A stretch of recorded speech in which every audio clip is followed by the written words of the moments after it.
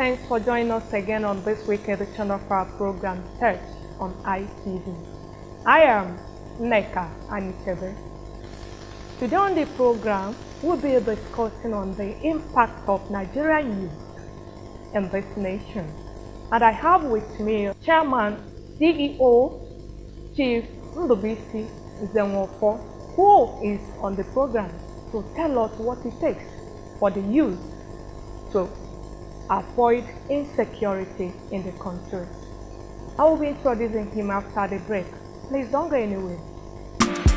Independent Family Fiesta is here again. 2019 edition of the Independent Family Fiesta has several interesting activities to showcase. These include dancing, march past, poem recitation, newscasting, drama, debate, amongst others. Winners will be rewarded with fabulous gift items. Side attraction includes Free medical checkup, bouncing castle, and swimming. venue, Eric Villager Hotel, Biagim Bywater Ball, Kubwa, Abuja. date, October 1st, 2019. time, 11 a.m. prompt. admission fee. 1,000 naira only. This year's edition will also celebrate people whose birthday falls in the month of October. Come, let's celebrate Nigeria at 59.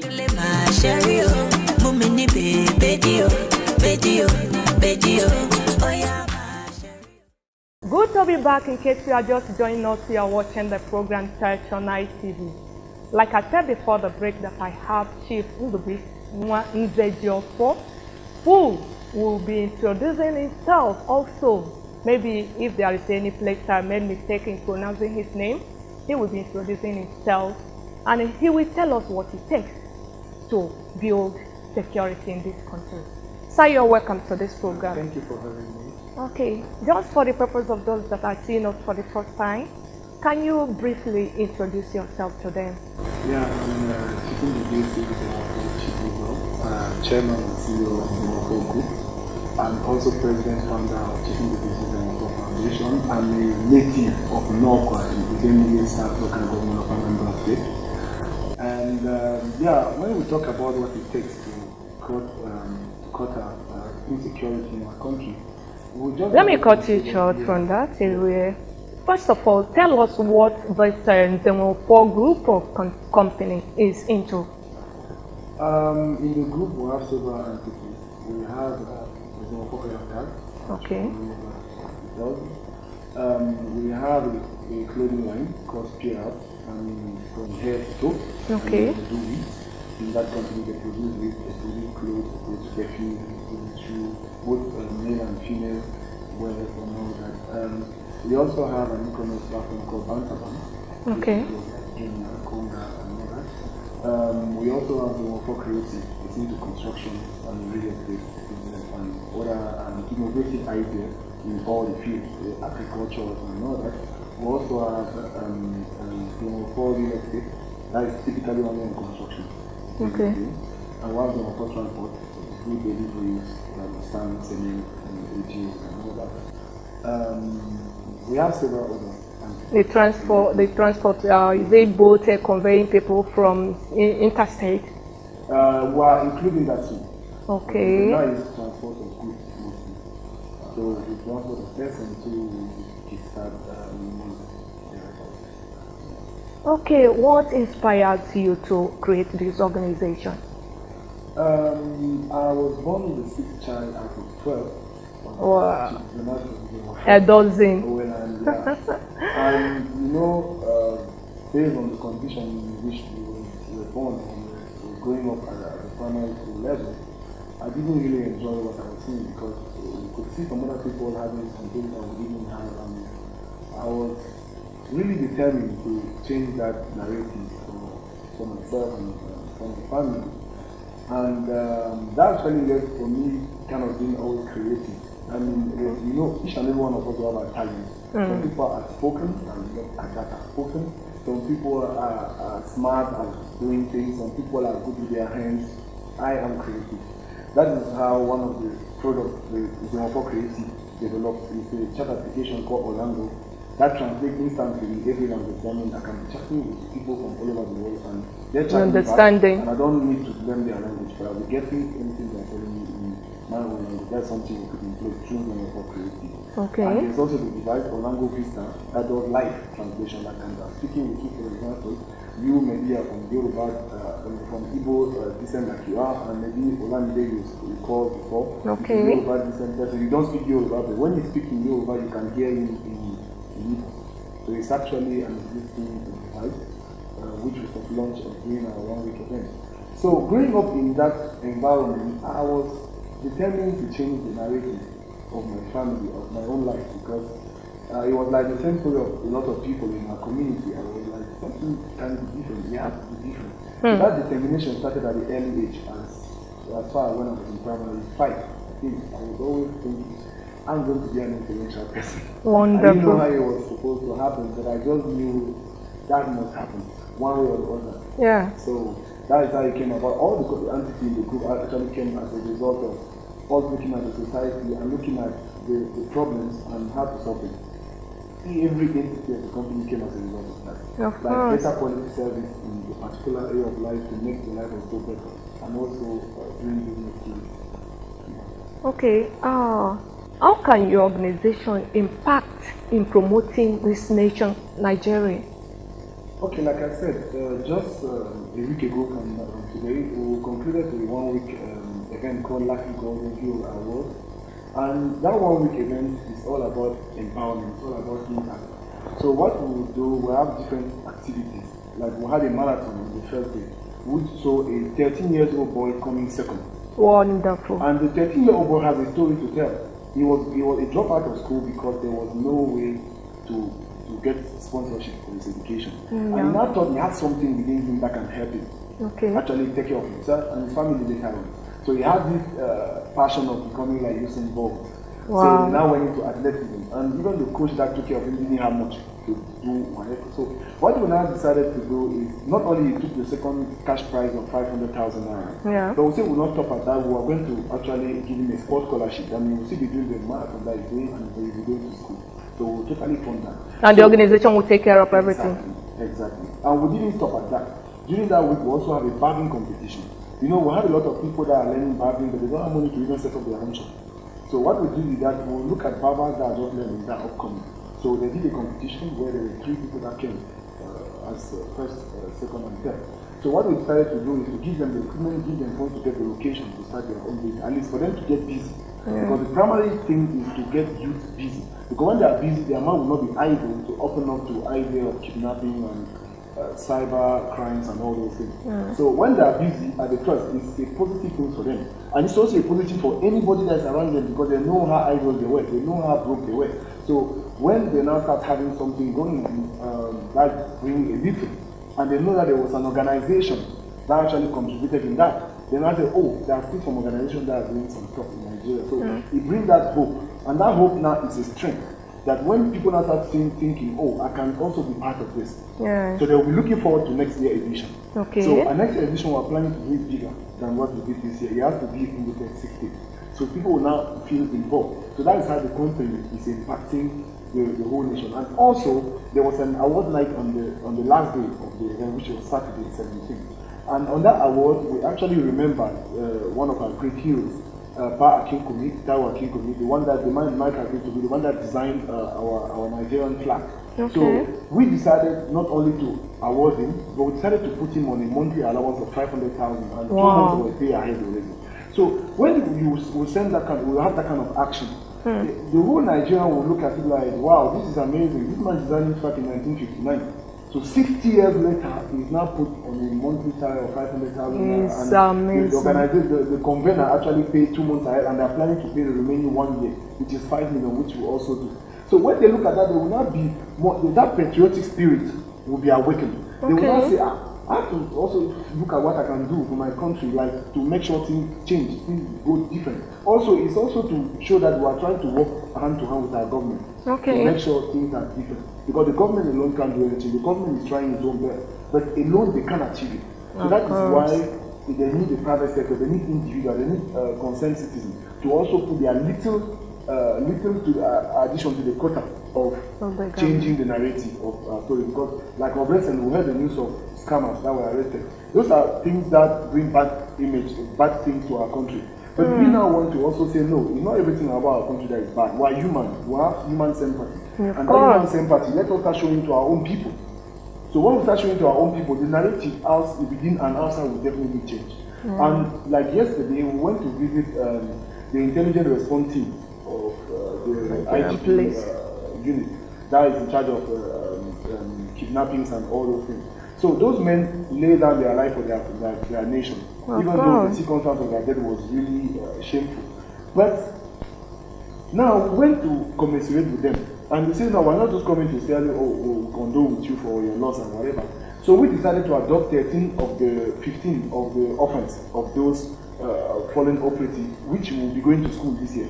Okay. So the company will be paying for their school fees and everything, all what is needed for them to be focused on their education. Now, we didn't decide to stop at that. We also decided that we'll empower the individuals, so that while their children are going to school, they too they have something doing. So, in so doing, both the mother and the children are not idle, they are busy doing something, which we already implemented.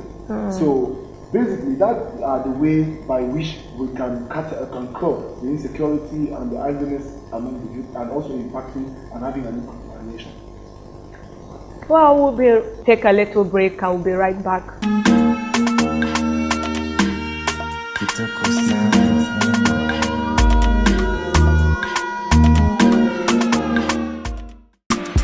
Independent Family Fiesta is here again. 2019 edition of the Independent Family Fiesta has several interesting activities to showcase. These include Dancing, march past, poem recitation, newscasting, drama, debate, amongst others. Winners will be rewarded with fabulous gift items. Side attraction includes Free medical checkup, bouncing castle and swimming. venue, Eric Villaggio Hotel, Viajim Bywater Ball, Kubwa, Abuja. date, October 1st, 2019. time, 11 a.m. prompt. admission fee. 1,000 naira only. This year's edition will also celebrate people whose birthday falls in the month of October. Come, let's celebrate Nigeria at 59.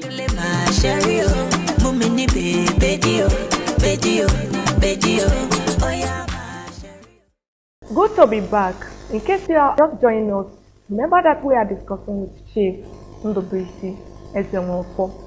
Sir, you have said enough concerning your organization, but I still ask you, in which way will your organization impact in reducing insecurity in this nation? Yeah, as we all know, insecurity generally comes as a result of joblessness, as a result of poor medical care or assistance, come as a result of porous economy. So, what we can do in our little level is, for example, engaging the youth, because the youth population in Nigeria is above 60%. So, and when you have all the crime mentioned, generally involves the youth. What we do impact in such a way is generally because some are graduates, some are not even schooled at all. That means the lack of education is a problem. The unemployment is a problem. The lack of activity in the economy for them also is a problem. So what we decided to do is to organize avenues to create empowerment for the youth, to give them a reason of being alive, a positive reason of being alive, a positive reason of being part of the society, of being part of the economical chain. So how would we achieve that? Like I said, all the entities that made the group create job avenues. Okay. Like for example, like I said, they were for creative, focus more on innovating ideas to boost the economy, to boost businesses. Okay. For example, how do we operate that? When we go, for example, in the East, a lot of people do petit trade. Okay. Now what we do is that we grow their petit trade into a state-to-state market. Okay. You have a woman that sells, for example, I will take a practical example. You have a woman selling tomato in the local market. Maybe the capital for that tomato business is 5,000. So what we do, for example, is that we tell her, okay, the tomato of 5,000 you are selling only to people that are around that market area. But there are some other villages or areas that are not too far from that market. Yes. That need to be supplied with the same tomato. So what we do is that we boost a business from the 5,000 capital business to maybe a 30,000 capital business. So it means the people to supply, the number of supply now will increase. Who help boost that business? I mean, the team, the brand management team and the technical team, they study the environment of that place where the lady, for example, is selling. We now have a market for her. I mean, if before she was having a revenue of 500 naira per day, she would be having about a revenue of 2,000. Of course. Now, when she has a revenue of 2,000, obviously there are other things she will not be doing. So by so doing, we're enlarging her, and if we're enlarging each individual, we're boosting the economy of that small tiny village. Because we have to start from the rural area, because if you have a population of about 200 million, practically 70% or thereabouts of that population are rural people, and people that are living in rural areas. So if we start impacting those areas, generally we may end up impacting the global economy of our country. Now, for example, a lot of people don't know that agriculture normally is supposed to be the biggest part of our economy. But today we are focusing more on the crude oil and mineral resources. But you know that today they are developing renewable energy. So when renewable energy take over, what will happen with crude oil business? It will collapse. So we need to start thinking of the plan B now. Not when we start seeing those renewable energy taking over the market. So we have to start thinking of now, like going into agriculture. That was the most creative also invested in agriculture. Because while people that are in the villages, they are idle, they have nothing to do. So if you have a farm, then you start producing tomatoes in those farms. They will not need to import the tomato from another state. At all. They will now be producing themselves and being the one that dispatching it to other states. So it creates jobs and it creates revenue in that community. So when those are set in place, structure will be rebuilt. So because we see that the porous crisis situation we're having in the country is as a result of the porous economy, the lack of employment, the lack of activities. So when people are idle, obviously a lot of things will go through their mind. So if they are busy through one activity or the other, such things will be reduced by far, by a lot. So that is how we're looking at. So we're looking not only at a state, we're looking at a global market. I mean, making a local business become a global business. Like the other day, we came across a young man that developed an app that can help people buy second-hand phone, because we know exactly that majority, more than 50% of the Nigerian population can afford a new phone. A new phone. They generally go to they resort to second-hand phone. But now, what is the guarantee of the second-hand phone? So this young man is a young Nigerian that's based in Lagos. So he developed that platform where he networked with people fixing and reselling second-hand phone. So if now you can have a second-hand phone that has 1 year guarantee, and you have the address of wherever you got it from, won't you buy into such a platform? You will. You will. So we support the young man into establishing that platform, and we'll now help him build the network. So when we do that, it's our own part as a company in contributing in the economy, in contributing in the growth of and in the empowerment of the youth. Basically, because at the long run, that young man will definitely have to employ people. Of course. The Nzenweofor group has not employed the person, but indirectly, who contributed in that employment? It's not the only one. There's another one from Abia State that developed an app where, starting in our eastern part, in that part of the country, because we know that in a remote area you use Okada, or Keke Napep as it's called commonly. So what they do in the platform is that any Keke owner or any Okada owner have to register the Keke or the Okada on that platform. If any crime is committed with that Keke or with that Okada, it can be traced to the owner. And no owner will want his Okada or his Keke to be used for ill purposes. That's why they will now do some background check on whoever they are handing over their Keke and Okada to. So that is a bright innovation from that. And there are many Nigerians that have so bright ideas. So that's why we're opening the platform for them to come out with their ideas. So in Nzenweofor Creative, we will now see how to package it and make it commercial, so that they will improve the revenue of the idea and therefore creating job opportunity. So the Nzenweofor group as its own cannot give job to everybody. It's not even possible. But we will be supporting initiatives that will create avenue for jobs for the youth and also for the elderly people, because most of the women selling in the village market are elderly women generally. So it's not just the youth, it's also the elderly people. Well, we take a little break. We'll be right back. Independent Family Fiesta is here again. 2019 edition of the Independent Family Fiesta has several interesting activities to showcase. These include dancing, march pack, poem recitation, newscasting, drama, debate, amongst others. Winners will be rewarded with fabulous gift items. Side attraction includes free medical checkup, bouncing castle, and swimming. Venue: Eric Villager Hotel, Biajim Bywater Ball, Kubwa, Abuja. Date: October 1st, 2019. Time: 11 a.m. prompt. Admission fee: 1,000 naira only. This year's edition will also celebrate people whose birthday falls in the month of October. Come, let's celebrate Nigeria at 59.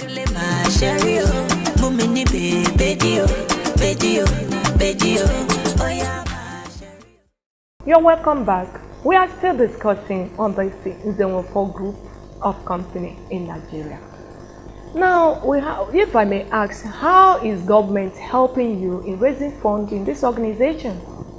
I have to be candid with you. We didn't want to seek for support from the government or anybody because what we were trying to portray is that we as Nigerians were rich. Not rich because we have money in our pocket. Not rich because we have mineral resources or oil and gas. No, we are rich because we are intelligent people. Okay. Like you see, for example, even though it's a very terrible news and it brings a certain shame on our country, those guys that were arrested by the FBI on the internal scam and everything. But if you see the meticulousness with which they went about their business, if they direct that skill in the genuine business, just imagine the kind of billionaire they will still be. Of but course. I believe that's something they didn't know. They were thinking that was the only way to go about whatever they were going. Because if they come about developing secure system on transfer on everything, they will still make the same kind of money. But then I use those same ideas instead to defraud people of their money. You understand? So it's just about us sanitizing the mind of our people and redirecting their energy into the right path. If we do that, definitely we'll achieve a greater result for our nation. And like I said, so we didn't want to seek funds from the government. We're just trying to work alongside our government because we know definitely that our government is trying, but alone they can't do everything. It's not possible. So that's why the only thing maybe we're looking up to the government for is to create that conducive environment. Because security is true, is under the responsibility of the government. But we mentioned earlier that one of the causes of insecurity is the joblessness, the idleness among the youth. Not because they just choose to be idle, because there's not an opportunity for them to do anything. So that's why where the private sector also comes in place in contributing to resolving the security challenges by creating an avenue to get the youth engaged, getting the elderly people engaged. So when everybody is engaged doing something, why would anybody have in mind to go and commit any crime? That is the idea. So we are working in collaboration with the government, not as if we got funding from the government, but we were self-funded in all the things we did so far. Wow, that is interesting. And how will you credit Nigerian security today? Yeah, I'll be lying if I say everything is well. No, all is not well, but it doesn't mean all of it is gone.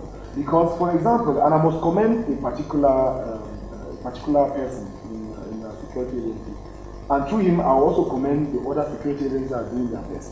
For example, we have the DCP Abakiari that have been really doing a lot in apprehending kidnappers and people that are doing all these kind of things, and he's been very effective at it. So that's actually one of the major reasons why we went to actually meet them to commiserate with them, because they're doing a great job and they need to be supported. They need our support. We can't go on ground with them to be chasing criminals. We can't do that. But at least the one who can do it to let them know that as they're taking risk of their life. And this message not only goes for this unit, it goes for all the security agencies we have in our country. That we have to do things that will make them feel, oh, as I'm risking my life to secure these men, to create a conducive environment to them to run their business. Remember that if they don't do their job, we cannot run our business and we can't make the money we're making. Yeah.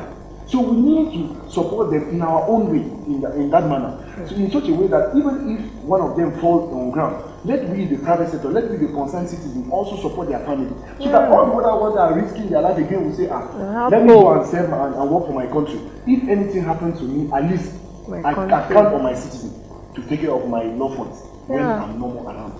So that's the thing. So I have to really commend him, and also indirectly through him, commend the other security agency and agent and operative on the field that are risking their life every day to make sure we are safe. It's true that things are not yet perfect, but I want to believe that all effort is being put in place to make sure that the crime are being curbed around the country. But like I said earlier, it takes the government, it takes all the private sector, it takes the concerned citizens. So it takes all of us. It's our problem. All of us Nigerians. It's not just the government. It's not just the security agency. It's all of us, our concern. Because like someone was giving us a testimony when we went to visit the military widows. Okay. He was telling us a story about a man that has money, but his neighbor was having a low income. He couldn't take care of his children. So eventually, all the children could not go to school. They couldn't get educated. So eventually, one of them now ended up joining the gang. And that gang he joined was the same gang that later on came and robbed in that house and later killed the man.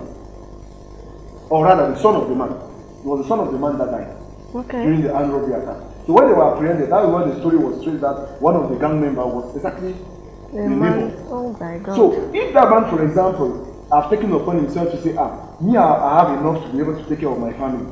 Let me try and do something for this my neighbor that I can see that is struggling. Not as if the man didn't want to send his children to school, but he didn't have the enough means to send them. So if you would have said, for example, let me try and reach out to my neighbor and see how I can assist. If you are shown that love, you know what would have happened? Maybe when those people would have planned that coup to come to that house, that guy would have said, no, that is my person. Yes. He would have still had his son alive today. But that's a real life story. That's a real life story. So what seemed not to be our problem today would definitely end up being our problem.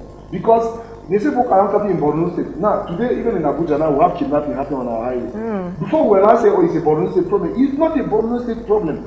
It's all of us our problem. Because if it's not come, if it's not cut, if we are not as consensus and do our part, no matter how little it is. Some people think that doing is about bringing big money. It's not though. Hello, thanks for joining us again on this week edition of our program Church on ITV. I am Neka Anitebe.